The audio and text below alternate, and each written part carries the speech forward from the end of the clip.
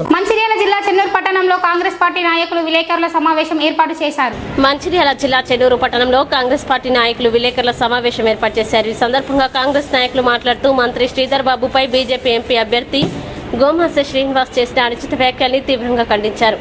శ్రీధర్ బాబుపై వ్యక్తిగత వ్యాఖ్యలు చేయడం సమంజసం కాదన్నారు. మరోసారి ఇలాంటి అనుచిత వ్యాఖ్యలు చేస్తే సహించేది లేదని హెచ్చరించారు.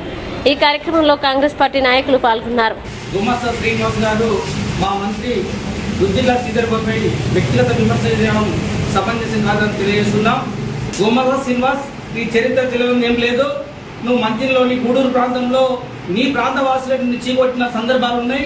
నువ్వు మా శ్రీధర్ బాబు అనేటువంటి శ్రీధర్ బాబు మచ్చలేని నాయకుడు దఫాలుగా గెలుస్తున్న వ్యక్తి పైన నువ్వు వ్యక్తిగత ఎంతవరకు సమంజసమని తెలియజేస్తున్నావు. మొన్న జరిగినటువంటి పార్లమెంట్ ఎలక్షన్లో పెద్దపల్లి బీజేపీ అభ్యర్థిగా నిల్చున్నటువంటి పెద్దలు గోమాస శ్రీనివాస్ గారు ఆ క్యాంపెయినింగ్ లో తెలంగాణ ఐటీ శాఖ మంత్రి ఉన్నటువంటి గవర్నమెంట్ పెద్దలు శ్రీధర్ బాబు గారిపైన వ్యక్తిగత అనుచిత వ్యాఖ్యలు చేయడం అనేది సమంజసం కాదు.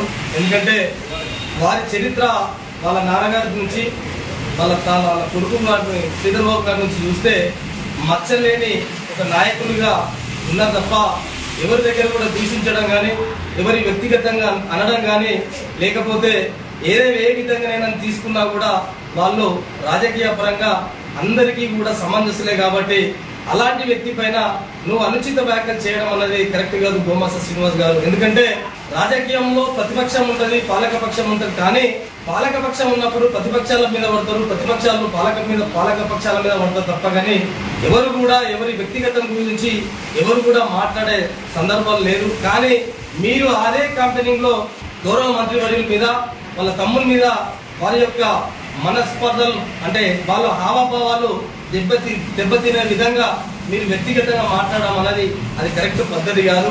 దానికి నిరసనగా మేము మిమ్మల్ని ఖండిస్తా ఉన్నాం.